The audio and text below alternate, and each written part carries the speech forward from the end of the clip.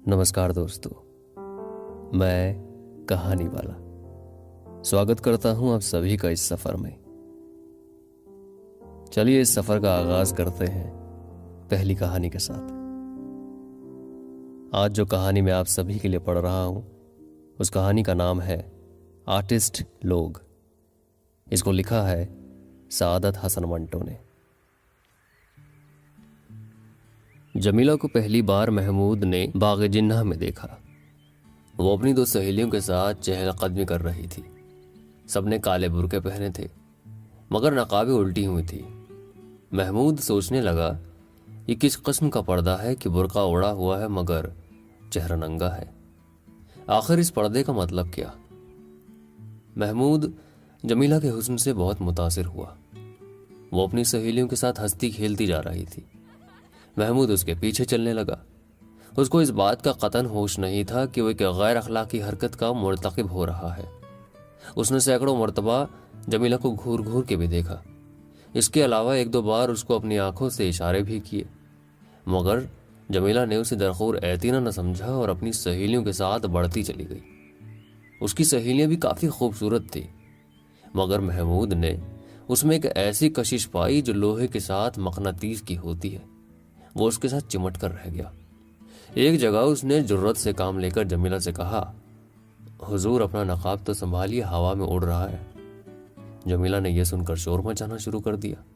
इस पर पुलिस के दो सिपाही जो उस वक्त बाग में ड्यूटी पर थे दौड़ते आए और जमीला से पूछा, बहन क्या बात है? जमीला ने महमूद की तरफ देखा जो सहमा खड़ा था और कहा, यह लड़का मुझसे छेड़खानी कर रहा था। जब से मैं इस बाग में दाखिल हुई हूं ये मेरा पीछा कर रहा है। सिपाहियों ने महमूद का सरसरी जायजा लिया और उसको गिरफ्तार करके हवालात में दाखिल कर दिया, लेकिन उसकी जमानत हो गई। अब मुकदमा शुरू हुआ। उसकी रुएदाद में जाने की जरूरत नहीं, इसलिए कि तफसील तलब है। किस्सा मुख्तसर ये है कि महमूद का जुर्म साबित हो गया और उसे 2 माह कैद बमुशक्कत की सजा मिल गई। उसके वालिदैन नादार थे, इसलिए वो सेशन की अदालत में अपील न कर सके।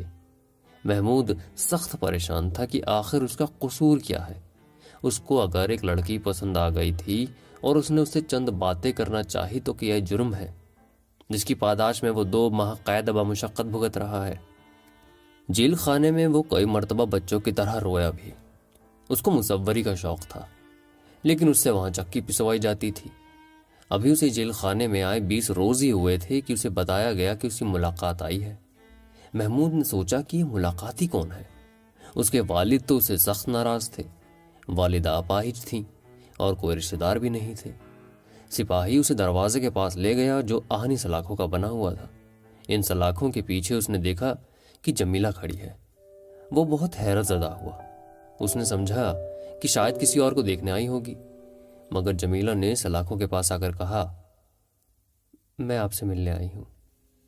महमूद की हैरत में और भी इजाफा हो गया। मुझसे? जी हाँ, मैं माफी मांगने आई हूं कि मैंने जल्दबाजी की जिसकी वजह से आपको यहां आना पड़ा। महमूद मुस्कुराया। हाय इस जूद पशीमा का पशीमा होना। जमीला ने कहा, यह गालिब है? जी हाँ, गालिब के सिवा और कौन हो सकता है जो इंसान के जज्बात की तर्जुमानी कर सके।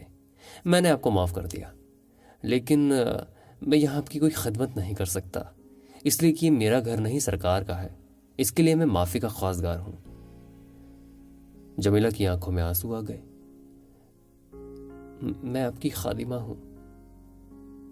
चंद मिनट उनके दरमियान और बातें हुई जो मोहब्बत के अहद व पैमान थी। जमीला ने उसको साबुन की एक टिकिया दी, मिठाई भी पेश की।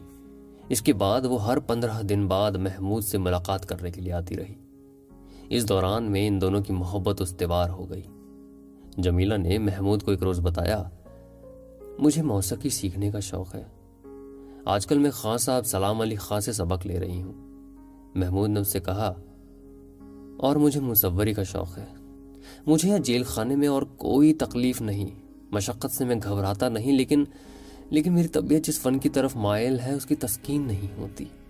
यहाँ कोई रंग है न रोगन है, कोई कागज है न पेंसिल, बस चक्की पीसते रहो। जमीला की आंखें फिर आंसू बहाने लगी। बस अब थोड़े ही दिन बाकी रह गए हैं, आप बाहर आए तो सब कुछ हो जाएगा। महमूद 2 माह की कैद काटने के बाद बाहर आया तो जमीला दरवाजे पर मौजूद थी, उसी काले बुर्के में जो अब भूसला हो गया था और जगह जगह से फटा हुआ था। दोनों आर्टिस्ट थे, इसलिए उन्होंने फैसला किया कि शादी कर लें। चुनांचे शादी हो गई। जमीला के माँ बाप कुछ असासा छोड़ गए थे, उससे उन्होंने एक छोटा सा मकान बनाया और पुरमुसर्रत जिंदगी बसर करने लगे। महमूद एक आर्ट स्टूडियो में जाने लगा ताकि अपनी मुसव्वरी का शौक पूरा करे। जमीला खां साहब सलाम अली खां से फिर तालीम हासिल करने लगी।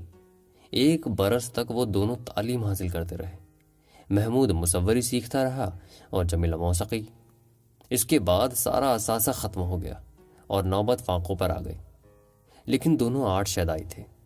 वो समझते थे कि फांके करने वाले ही सही तौर पर अपने आर्ट की मेराज तक पहुंच सकते हैं, इसलिए वो अपनी मुफलिसी के ज़माने में भी खुश थे। एक दिन जमीला ने अपने शौहर को ये मुद्दा सुनाया कि उसे एक अमीर घराने में मौसीकी सिखाने की ट्यूशन मिल रही है। महमूद ने यह सुनकर उससे कहा, नहीं, ट्यूशन व्यूशन बकवास है, हम लोग आर्टिस्ट हैं। उसकी बीवी ने बड़े प्यार के साथ कहा, लेकिन मेरी जान, गुजारा कैसे होगा? महमूद ने अपने फूसड़े निकले हुए कोट का कॉलर बड़े अमीराना अंदाज में दुरुस्त करते हुए जवाब दिया, आर्टिस्ट को इन फजूल बातों का ख्याल नहीं रखना चाहिए। हम आर्ट के लिए जिंदा रहते हैं, आर्ट हमारे लिए जिंदा नहीं रहता। जमीला ये सुनकर खुश हुई, लेकिन मेरी जान, आप मुसव्वरी सीख रहे हैं, आपको हर महीने फीस अदा करनी पड़ती है, इसका बंदोबस्त भी तो कुछ होना चाहिए, फिर खाना पीना भी है, इसका खर्च अलहदा है। मैंने फ़िलहाल मौसीकी की तालीम लेना छोड़ दी है, जब हालत मुवाफ़िक होंगे तो देखा जाएगा।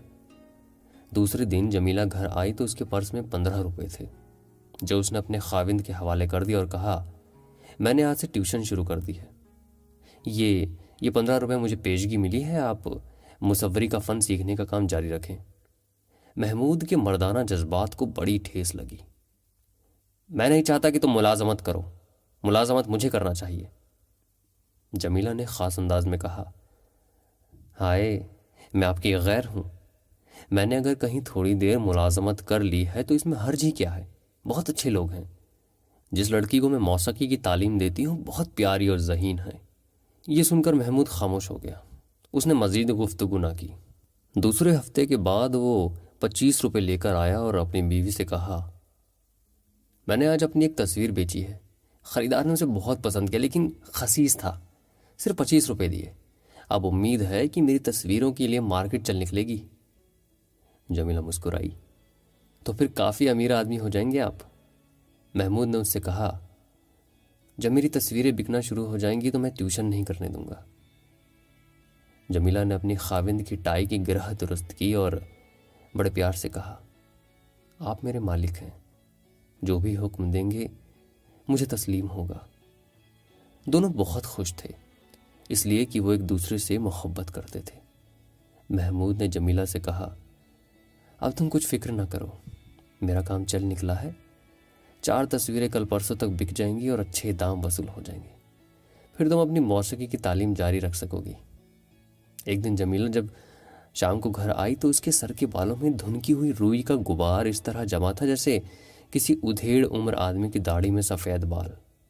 महमूद ने उससे इस्तफसार किया, ये तुमने अपने बालों की क्या हालत बना रखी है? मौसीकी सिखाने जाती हो या किसी जनंग फैक्ट्री में काम करती हो? जमीला ने, जो महमूद की नई रज़ाई की पुरानी रुई को धूक रही थी, मुस्कुराकर कहा, हम आर्टिस्ट लोग हैं, हमें किसी बात का होश भी नहीं रहता। महमूद ने हुक्के की नेम मुंह में लेकर अपनी बीवी की तरफ देखा और कहा, होश वाकई नहीं रहता।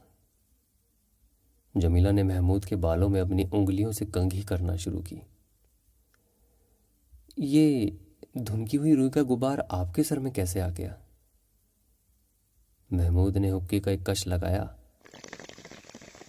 जैसे कि तुम्हारे सर में मौजूद है। हम दोनों एक ही जनंग फैक्ट्री में काम करते हैं, सिर्फ आर्ट की खातिर। आशा करता हूं आपको ये कहानी पसंद आई होगी। अगले हफ्ते फिर से मुलाकात करूंगा एक नई कहानी के साथ।